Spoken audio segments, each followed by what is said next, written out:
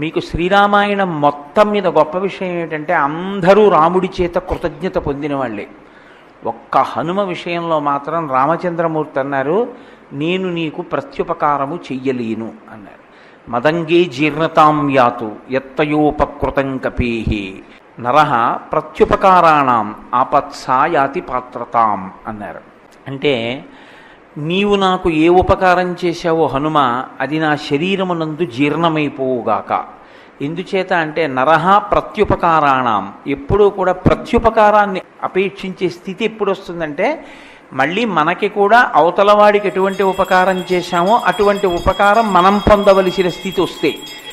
రాముడికి ఆపద వస్తే ఉపకారం చేశారు హనుమ.